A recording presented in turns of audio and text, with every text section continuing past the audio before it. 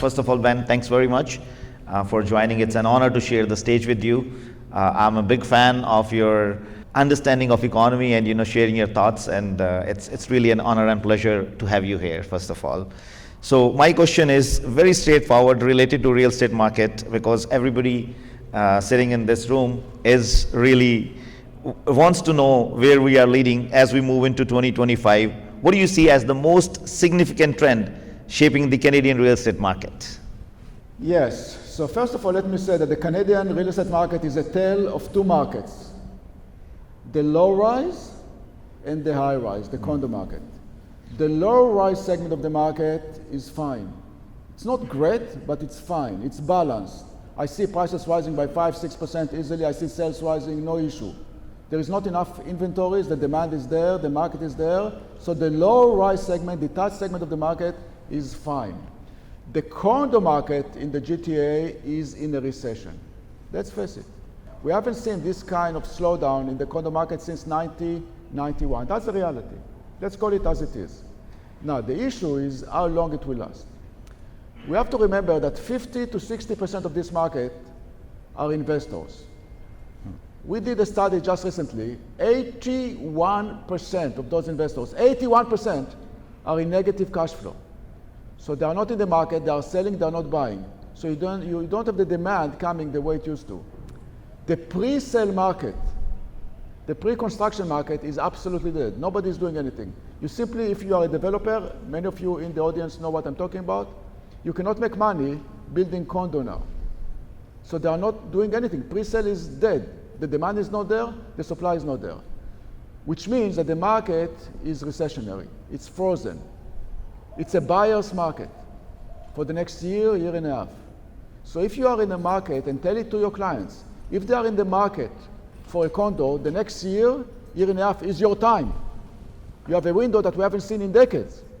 The market is soft. However, remember, we are not building anything now. It's basically zero. No supply is coming. 2 years from now, the investors will be back in the market. Interest rates will be low. GIC will be 1%. There will not be alternative.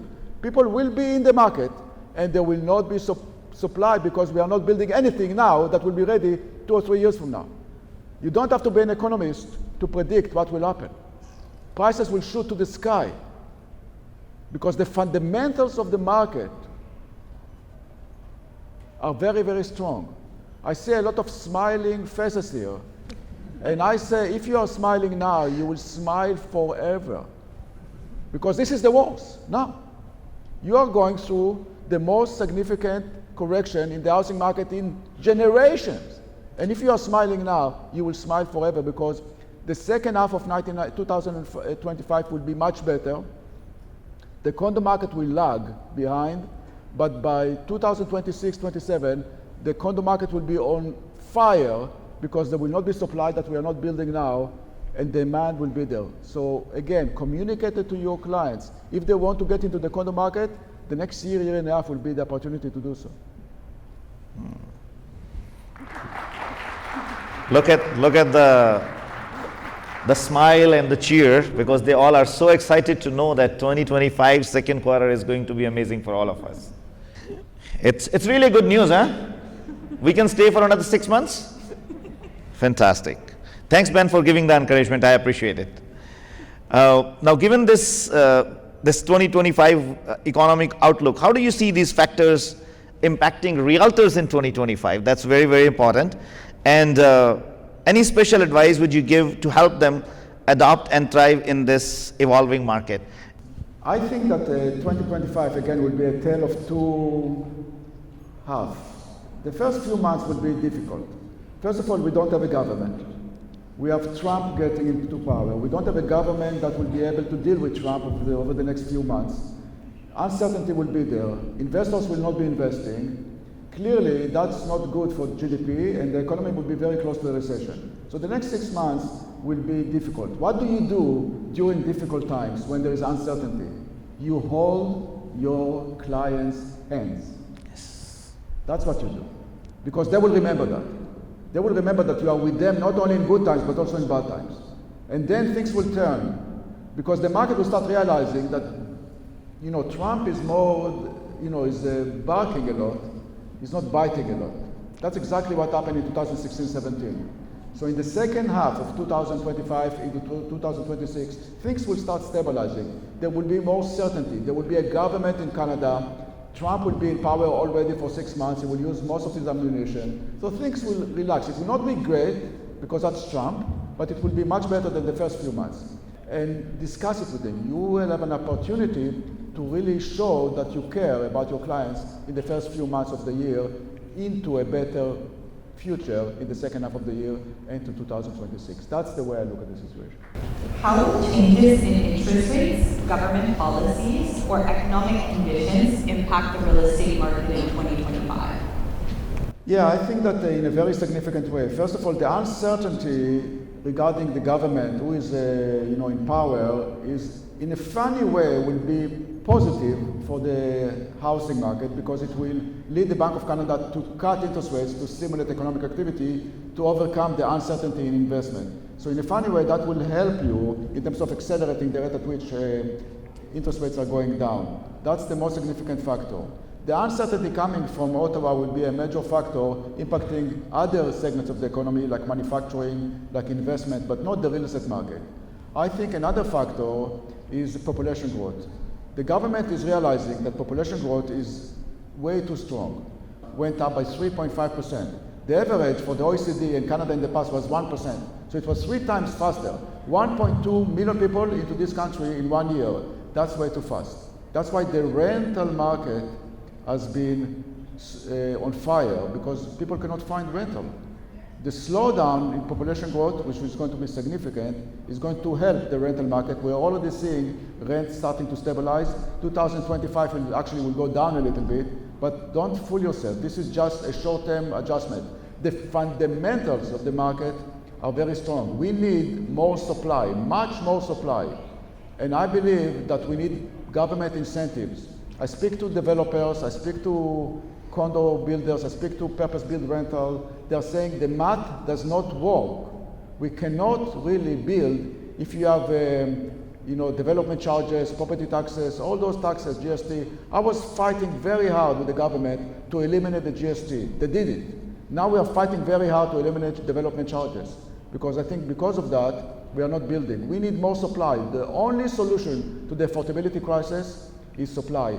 I think that the office market is a tale of a few markets. You have the A class, B class, and C class. The A class I think will do fine, namely the big buildings that are relatively new. They are going to be fine. I think that more people will be going back to work. One of the reasons why people were not going back to work is because they had the power. The bargaining power was strong among labor because the unemployment rate was very, very low. Now the unemployment rate is rising. Labor does not have the same bargaining power, so companies can go to them and say, come back, or.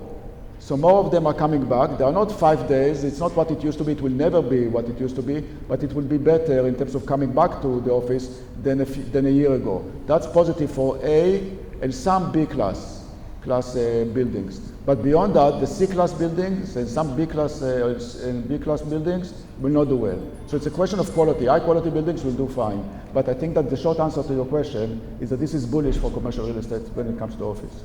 I think that we have to realize one thing. First of all, ask yourself the following question. To what extent COVID was an event or a condition? And COVID, economically speaking, has been a condition that changed everything in a very significant way. We'll discuss how in a second. But in many ways, we have to understand one thing. A year ago, everybody was talking about inflation. Remember? Inflation was 8%, everybody was talking about inflation. Back then, it was very clear to me and many others that it was never about inflation. So when you talk to clients about inflation, remember that. It was never about inflation. It was always about the cost of bringing inflation down to 2%. The Bank of Canada, the ECB in Europe, the Fed in the US, they have all established their reputation as inflation fighters. They are not going to toss it away. They will do whatever it takes. And that's exactly what they did. Inflation is no longer available to us in a very significant way, and that's a good thing. We all go to the supermarket, and we are all overwhelmed by how expensive food is. You have to basically mortgage your house to buy a banana or something. The Bank of Canada does not care. Not because they are not nice people, they're actually very nice people for central bankers, but because of the fact that it's irrelevant. Remember that inflation, remind it to your clients, inflation is the rate of change. It's not the level of prices. And that rate of change is actually going down. So if you look at overall inflation, it's actually below 2%. So we won the war against inflation. Inflation is no longer an issue. And that's why the Bank of Canada has the green light to cut and cut and cut. So one thing is happening here. The Bank of Canada is cutting, the Fed is cutting, and the 5-year rate, the 10-year rate actually going up in the US. Why? It's all about a Trump trade. It's all about Trump. The long end of the curve, namely 10-year rate in the US, is now up from 360 to 470. That's significant. Now, why is it important? Because our mortgage rates are linked to their 5-year and 10-year rates. It's important to communicate to clients. The Bank of Canada can control short-term interest rates, the prime rate. They cannot control the 5-year rate, the 10-year rate. And the 5-year rate, the 10-year rate, 80% of it is coming from where? From the 5-year rate and 10-year rate in the US. So if something is happening in the US, we are paying higher mortgages for no fault of our own. And that's exactly what's happening. The huge increase in long-term interest rates in the US is leading to the fact that short-term interest rates in Canada are falling, but the 5-year rate is not falling in a way that is consistent with our economy. I know that many of you are very disappointed because everybody promised you a recession, and we didn't get one. Let me tell you one thing. We are in a recession. We are in a per capita recession. Per capita GDP has been going down for 5 quarters in a row. Per person, we are in a recession. So this is significant. The number one factor that impacted our ability to grow is the fact that we got 1.2 million people into this country over the course of breakfast. So population growth went up, the economy went up, but per capita it went down. So we are not in a business of seeing the 5-year rate going up. In fact, it should be going down. So the only reason why it's happening, Trump. However, if Trump is going to impose more tariff on Canada and the economy will slow down, the Bank of Canada will have to cut even more. So actually, if Trump is imposing tariff on Canada, short-term interest rates in Canada, not long-term interest rates, short-term interest rates, variable rates would be going down even more. That's the way to communicate it with clients. Okay, so any questions? Don't be shy. Affordability will improve in any significant way in the GTA. Let's face it the way, let's call it the way it is. I think that the fundamentals of the market are so strong, and the only window of opportunity that you have in terms of prices going down is basically the condo market over the next 2 years, year and a half. Beyond that, it will continue to go up, and that's something that worries me a lot. Because I'm looking at my kids, your kids, where are they going to live 10 years from now, 15 years from now?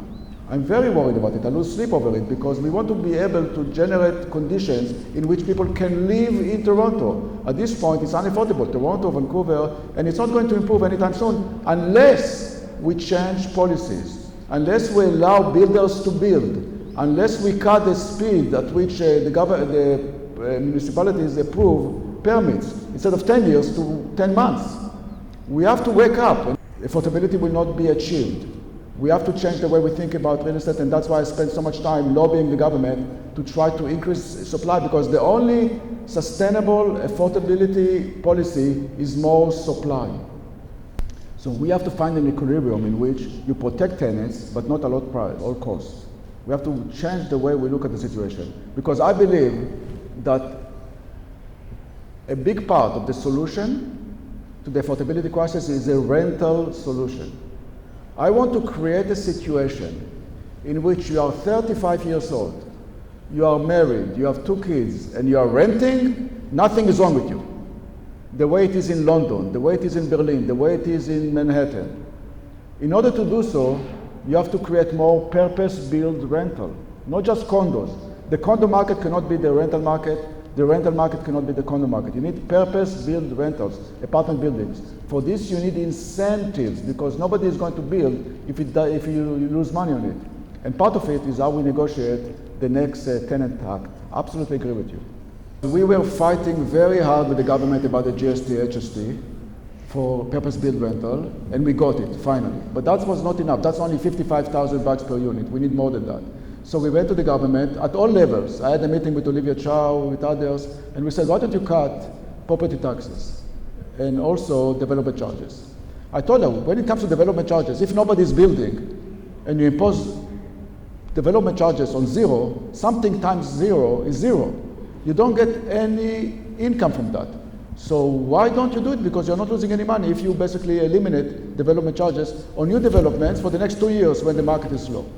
So they were thinking about it and they said, we'll do that only if you get 20 to 25% affordable.